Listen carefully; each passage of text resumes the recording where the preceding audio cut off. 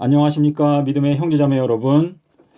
저는 오늘 이 시간에 이른비와 늦은비에 대해서 여러분과 함께 생각해 보는 시간을 갖고자 합니다. 저희들이 지난 세월 동안에 여러 목사님들을 통해서 배워왔고 또 들어왔던 이른비와 늦은비에 대한 그 설명들이 과연 성경의 내용과 부합되는지 이 시간에 여러분 각자가 또 저와 함께 이 문제를 고민하면서 과연 이른비가 무엇이고 또 늦은비가 무엇인지 저희가 함께 배워나가는 시간이 되었으면 좋겠습니다. 먼저 저희가 야고보서에 있는 말씀을 보시겠습니다. 야고보서 5장 7절에 여기에 보시면은 농부에 대한 이야기가 나옵니다. 자, 근데 이 농부가 인내심을 갖고 기다린다라고 말합니다. 근데 이 농부가 기다리는 것은 이른비와 그리고 늦은비를 기다린다라고 말하고 있습니다. 그러면서 이 농부가 열매를 마음 가운데 소망하면서 인내심을 갖고 이른비와 늦은비를 기다리는 것과 마찬가지로 너희들은 인내심을 갖고 주의 임재를 기다려라 라고 말했습니다. 자, 여기에 나오는 요 주님의 임재라고 하는 요 단어는요, 굉장히 독특한 단어인데, 요 단어가 헬라어로 파루시아입니다. 자, 이 파루시아라고 하는 이 단어는 사복음서에서 마태복음에만 나타나는 단어입니다. 마태복음 24장 3절에 또 27절에도 나오고 몇 번 나오는데요. 여기에서 제자들이 예수님께 물어볼 때 주의 임하심과 그리고 세상 끝에는 무슨 징조가 있겠습니까? 라고 물어볼 때 여기에 파루시아라고 하는 단어가 나옵니다.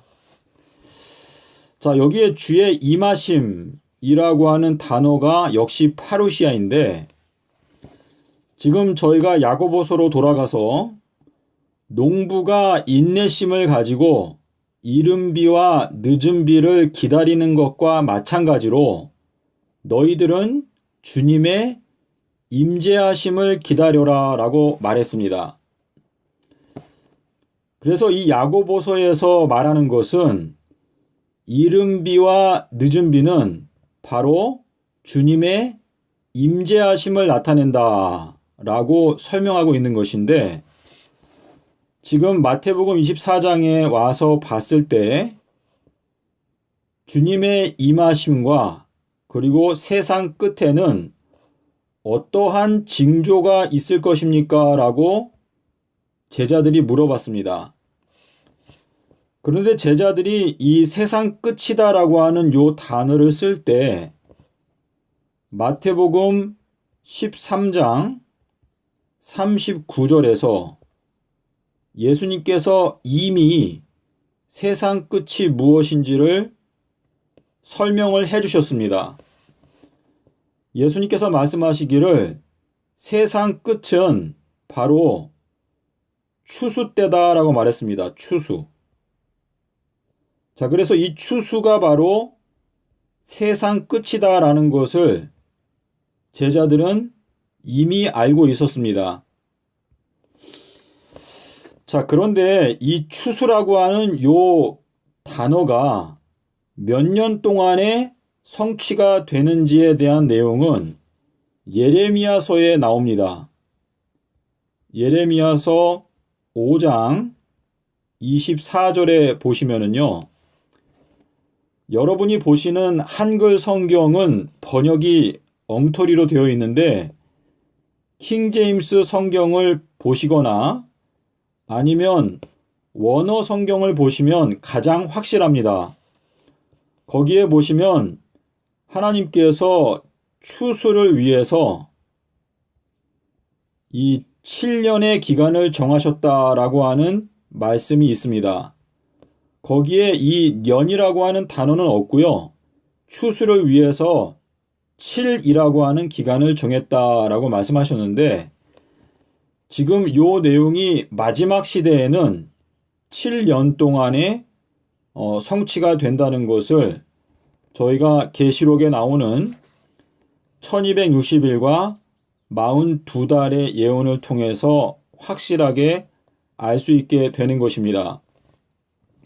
자, 그래서 지금 이 제자들이 예수님께 물어볼 때 세상 끝에는 무슨 징조가 있겠습니까? 라고 하는 이 질문은 이 세상의 마지막이 가까이 올 때 이 추수하시는 7년의 기간이 있는데 이 7년의 기간이 가까이 오게 되었을 때 어떠한 징조가 있게 될 것입니까? 라고 물어본 것입니다. 그런데 이 세상 끝이라고 하는 단어를 말하기 전에 주의 임하심도 역시 물어봤습니다. 그래서 이 주의 임하심이라고 하는 것은 야고보서에서 내용을 보면 이른 비와 늦은 비다라고 이렇게 평행 구조로 설명을 해 놨는데요. 자, 요 내용을 여러분께서 마음 가운데 생각하시면서 이제 구약에서 하나님께서 말씀하신 이른 비와 늦은 비에 대해서 함께 생각해 보겠습니다. 저희가 이 구약 성경의 원어 성경을 보시면은요, 이른 비, 그리고 늦은 비, 요 원어 성경을 보면 두 개의 단어로 이루어져 있습니다. 이른 비, 그리고 늦은 비. 이렇게 이루어져 있는데요. 자, 요 이른이라고 하는 요 단어를 저희가 찾아보면, 선생,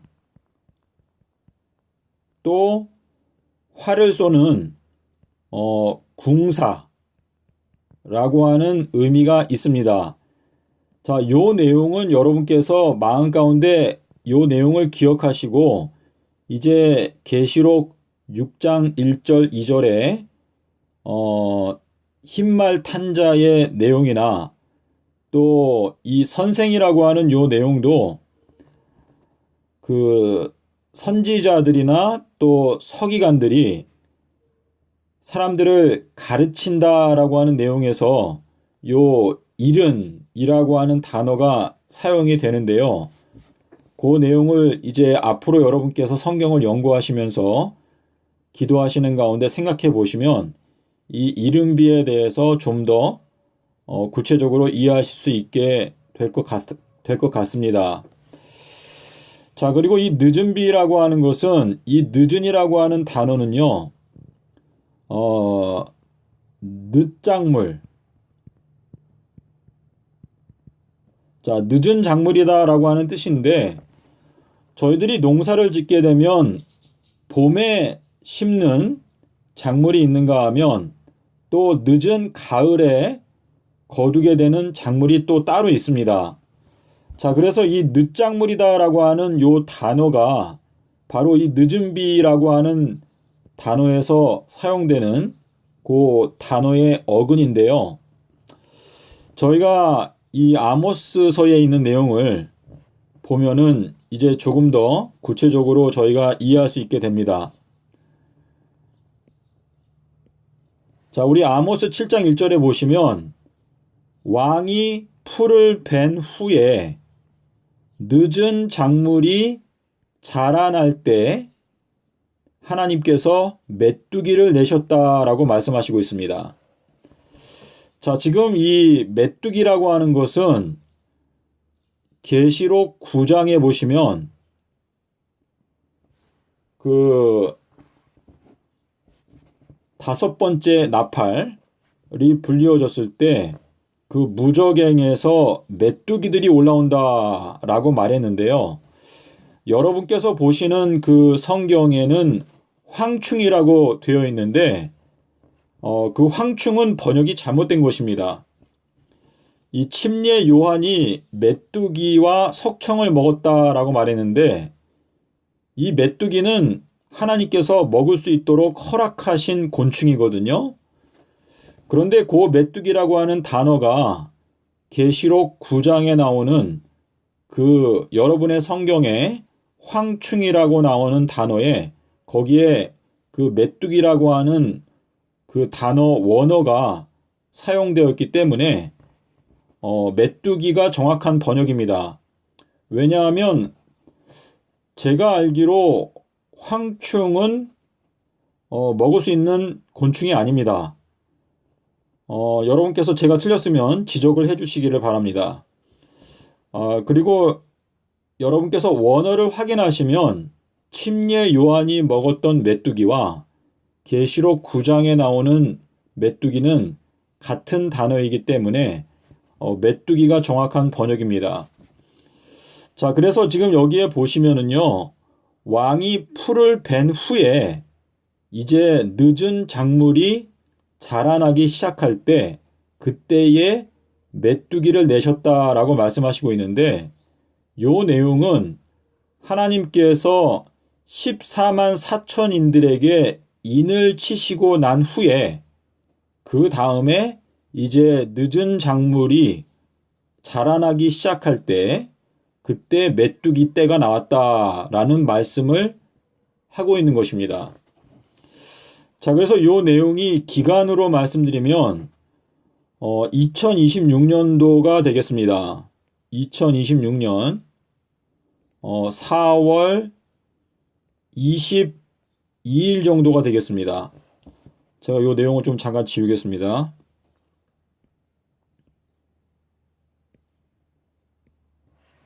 예, 그래서 지금 요 아모스 7장 1절이 성취되는 것은 2026년 4월 22일 정도가 되겠습니다. 그래서 5달 동안에 입맞지 못한 자들을 괴롭게 하신다 라고 말씀하셨는데 그 내용이 이 아모스 7장의 내용과 같은 내용입니다. 계시록 9장 1절부터 한 9절까지의 내용으로 제가 기억하는데요. 예, 그렇습니다.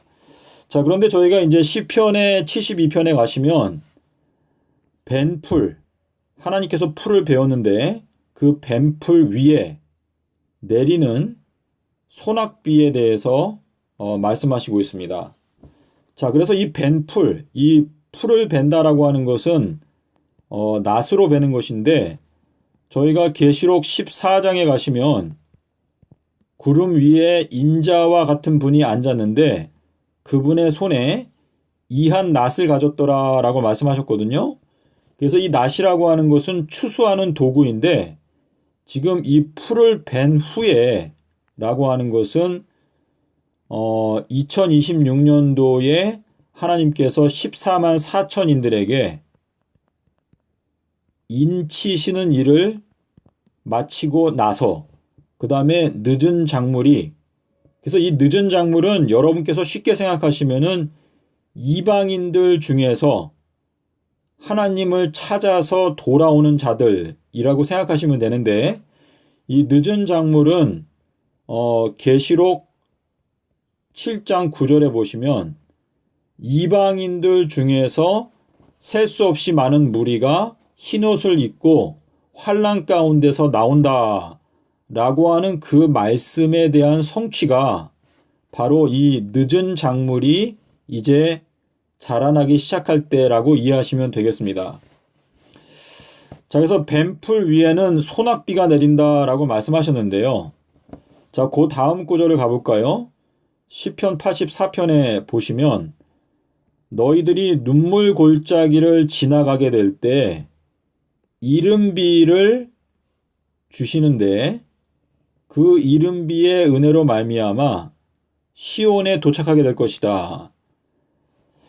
자, 이 시온이라고 하는 것은 여러분께서 아시는지 모르겠지만 이것은 황폐, 또 가뭄, 또 사막, 이러한 뜻이 있습니다. 자, 여러분께서 이사야서에 보시면은요, 자산이 나옵니다. 자산. 자, 이 자산은 벌거숭이 산을 말하는데요. 이 자산이나 시온산이나 거의 같은 개념입니다. 우리 성경에 보면 호렙산이 나오죠. 호렙산. 이 호렙이라고 하는 요 단어도 황폐라고 하는 뜻입니다. 자, 그래서 저희가 지금 가까이 이른 곳은 이 시온산 가까이 이르게 되었는데, 시온산 가까이 다가가면 다가갈수록 많은 사람들이 이 황폐하게 되어서 죽임을 당합니다. 그래서 예수님께서 끝까지 견디는 자는 구원을 얻는다라고 하는 이 말씀은 이 마지막 때 온역과 전쟁과 기근과 지진으로 말미암아 많은 사람들이 이 죽게 되어서 시온산이 가까이 오게 될수록 거의 대부분의 사람들이 다 죽고 시온산 꼭대기에만 몇 그루의 나무들이 남아있게 된다라는 내용을 이사야서가 설명하고 있습니다. 자, 그래서 이른비의 은혜를 통해서 우리가 시온산에 도착한다라고 하는 이 말씀은 결국은 14만 4천인들은 이른비의 그 은혜로 시온산에 도착하게 된다라고 하는 의미로 여러분께서 이해하시면 되겠습니다. 자, 그리고 우리 미가서에 가보면은요, 야곱의 남은 자들은 소낙비와 소낙비와 같다라고 말했습니다. 자, 야곱의 남은 자들이라고 하는 요 표현은 결국은 이게 14만 4천인들을 나타내는 거거든요. 자, 우리가 지금 요 내용은 로마서 9장 27절에 있는 내용인데요.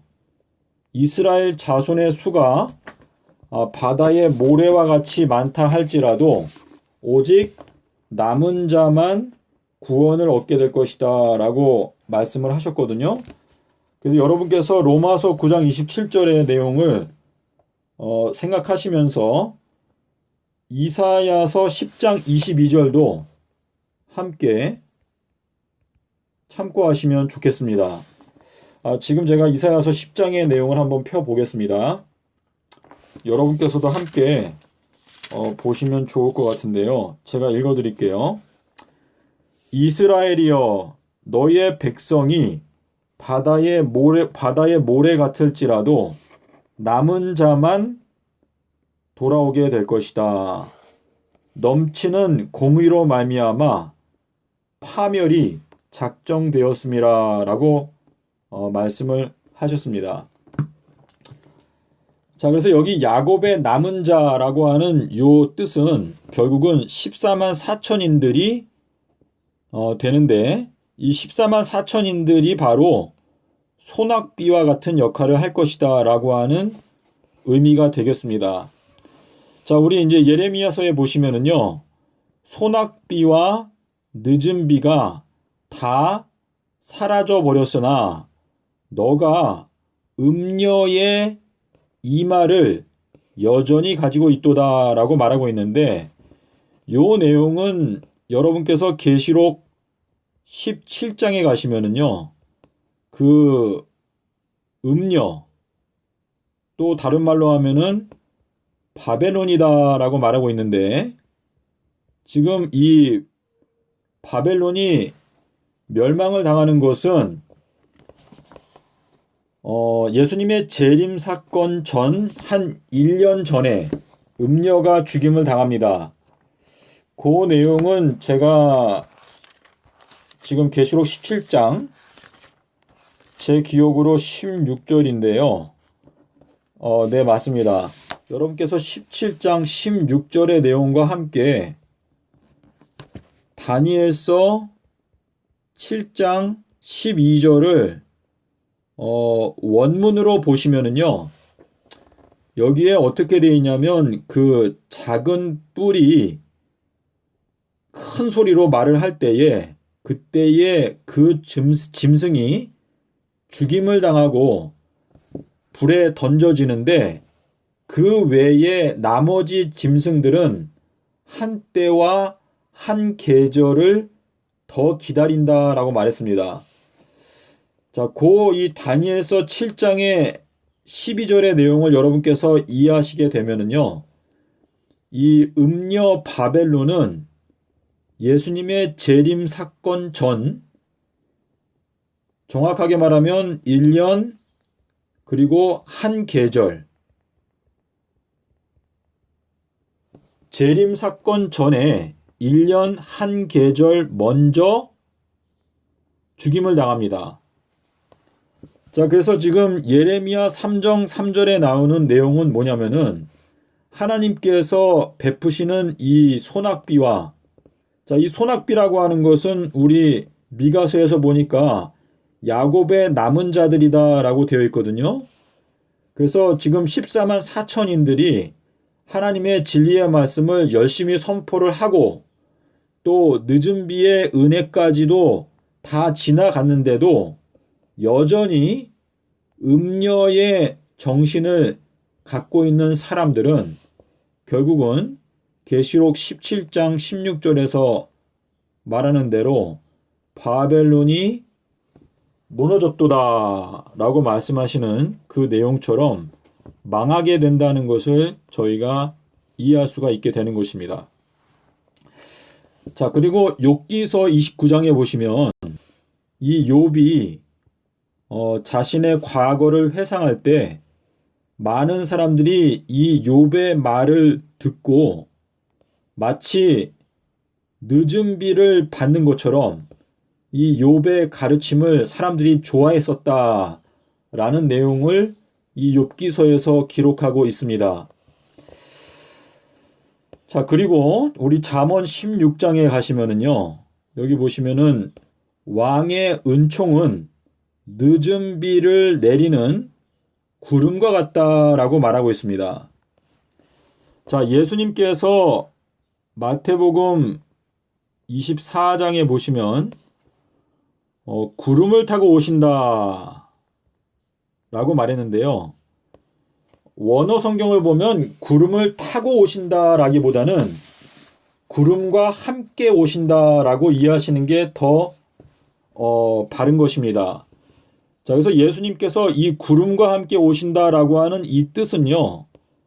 이 마지막 때에 재림이 가까워 올 때 왕께서 저희들에게 이 늦은 비의 은총을 베풀어 주실 때 그 구름과 같이 일어나게 되는 이 14만 4천인들, 야곱의 남은 자들, 이 사람들의 그 활동과 헌신과 또 전도를 통해서 구원받을 자들을 이렇게 불러 모으는, 선택한 자들을 불러 모으는 그러한 그 역사가 바로 구름을 타고 오신다라는 의미로 주님께서 말씀을 하신 것입니다. 자, 제가 어느 정도 여러분께 다 말씀을 드린 것 같은데요. 저희가 물론 앞으로 좀 더 깊이 있게 시간을 두고 연구를 해야 하겠지만은 지금 이 늦은 비라고 하는 것은 늦은 작물을 위해서 하나님께서 베푸시는 이 14만 4천인들이 결국은 늦은 비의 주인공들이다 라는 것으로 이해하시면 좋을 것 같습니다. 자, 요 내용을 우리가 출애굽기 한번 가보실까요? 출애굽기 9장에 가보시겠습니다. 출애굽기 9장에 여러분께서 31절과 32절을 보시면 되겠습니다. 자, 지금 출애굽기 9장 31절 그리고 32절인데요. 여기에 보시면 이 우박 재앙이 왔을 때 우박이 막 떨어질 때 이 농사를 졌을 때 보리하고 그리고 삼 보리하고 삼은 이미 싹이 났기 때문에 이 우박이 내렸을 때 이 우박 때문에 보리하고 삼이 다 망가졌습니다. 그런데 여러분께서 32절에 가시면은요. 밀과 그리고 나멕. 요 나멕은 제가 생각할 때 이게 귀리를 말하는 것 같은데요. 자, 밀과 나멕은 요게 여러분께서 원어 성경을 보시면 늦은 작물이므로 라고 말했습니다. 자, 요 내용이 우박이 내렸을 때 보리하고 삼은 싹이 이미 났기 때문에 우박에 다 망가져 버렸습니다. 그런데 밀과 나멕은 늦은 작물이기 때문에 아직 싹이 나지 않았기 때문에 그 우박에 피해를 입지 않았다라고 하는 내용이 나오는데요. 요 내용은 무엇인가 하면 이 마지막 말세에 하나님께서 심판하시는 순서가 나옵니다. 여러분께서 이 베드로전서 4장 17절에 보시면 하나님의 집에서 심판을 시작하실 때 먼저 믿는 자를 심판하시고 그리고 그 다음에 불신자를 심판하신다라고 말했습니다. 자, 요 내용은 여러분께서 로마서 2장 9절과 10절에도 보시면 똑같은 내용을 사도 바울이 기록하고 있습니다. 하나님의 은총은 먼저는 유대인에게 오고 그 다음에 헬라인에게 하나님의 은총이 내린다라고 설명하고 있습니다. 그리고 그 동일한 내용이 계시록 11장 1절과 2절에 보시면은요.